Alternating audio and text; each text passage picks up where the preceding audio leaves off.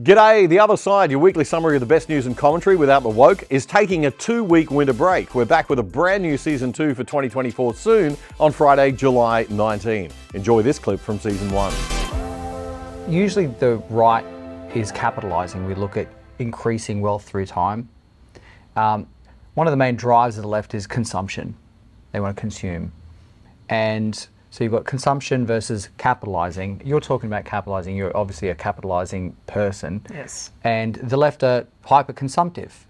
So they think they can consume from the system, and I don't think they have an awareness that you can actually consume the systems that create the wealth in the first place. I don't think that's part of their worldview. Well, I think that's where we're at in Australia. I don't think kids understand that. They don't understand. Money doesn't grow on trees, that the government can't just print it and hand it out, and it's going to have the same value as it had yesterday. They don't understand. Yeah. And, you know, well, it's like the shoplifting thing. Sorry to interrupt, but that Jonathan Sri, saying, oh, we should shoplift. It's like, mate, you're stealing from, it's okay because it's Coles and Woolies and they're big. You're stealing from the shareholders of Coles and Woolies, firstly. You're stealing from the staff of Coles and Woolies. You're making the price of food at Coles and Woolies increase. So you're stealing from the other customers, right? I've got to pay for that shoplifting later. It's like there's no concept of this value. Kids don't have this idea in their mind that there's any repercussion of this or any... So, Well, that's what I talked about, interrupting that process of adulting. Right. That interrupting that process of growing people into adult responsibility. And that's where we're at. One of the gripes I have with a lot of conservative commentators is to say, well, they'll learn when it hits the back pocket, when the consequences hit. That assumes a lot. I think that assumes that people actually are responsible adults mentally, and that they will understand the causality. I'm very skeptical of that. I don't think they will. Rob. It's not happening. No, it's not happening with Gen Y. They've found that as they're getting into the 40s, which they are now, the older ones are like 43 of the millennial generation, that they're not shifting their politics as we did in Gen X and the boomers, to the right. As you grow up, you become more aware of these things and you change your thinking. Well, we're worried about the increase in Green votes in Brisbane, and I think it's indicative of an interruption into what we call adult responsibility, looking at the system as a whole, understanding the incentives that drive the whole system. They're really just more like thinking in the now, localized, hyper-consumptive. I can take that for me. And they take for granted the system.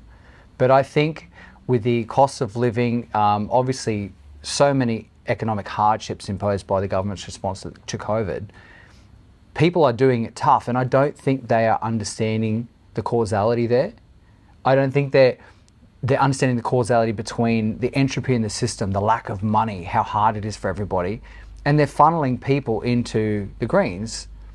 And so to wrap up my entire point very specifically, I think largely the left is going to left. I don't think they're ever going to get it. Right. I think there needs to be a counterbalancing force from people who are responsible, from conservatives, adult conservatives who go, you know what, I'm voting and I'm looking at the system beyond what suits me right now. I'm looking at the whole system through time, and as Scott said, largely conservatives have abdicated responsibility. I would say, like any system will entropy if you stop inputting energy into it. The people who are responsible have stopped putting energy into teaching young people. I think that's largely what's happening. So to give you a concrete example, if you'd like, an example of energy is having a uncomfortable conversation with people. That takes energy to tell people something they don't want to hear. But I mean, I do that out of a sense of responsibility sometimes. Imagine we're talking about money as exchange of value. Imagine saying to a young left-wing person, if you've got no money, it's because you don't provide anything of value. I've done that a few times, and they freak out. They freak out. But it's the stark truth. I mean, there's a lot of people that you will encourage and nudge in certain ways. Usually, what I'm saying is be lovingly blunt, and you might follow that up with, but I'd love to help you develop into somebody that does create value. Right. Well, that's the responsible thing to do, is to offer a solution. That's right. That's right. In that circumstance. That's right. And I think that's largely what's got to happen. You talk about capital going work and things, is that people who have capital and responsibility, and look, there's a lot of, I don't want to go down the path of like a generation war, but it is the stark reality these days that the older generations have the lion's share of the time, lion's share of life experience, lion's share of wealth, and the lion's share of political agency. And so if they... So you're talking boomers and older Gen X? Look, from the numbers I've seen, it's like 55 and up. Compared to 55 and down, they have a lot more political agency, time, life experience, and monetary wealth. And so I think I would encourage anyone listening to that to think about, if the system's going to persist, if the people who have the capacity to input energy into it don't. Yeah. If the people who have an asymmetry of capacity for responsibility don't take responsibility. And a lot of that is mentoring young people. Look, I will say, I was a young lefty. I came out of university degree. To be honest, because of my miseducation, it probably took me to my mid-20s to actually stop believing it was immoral to make money. Yeah, right. And you know what a behind the eight ball? Extraordinary. It is. No, and You're the only millennial in this room.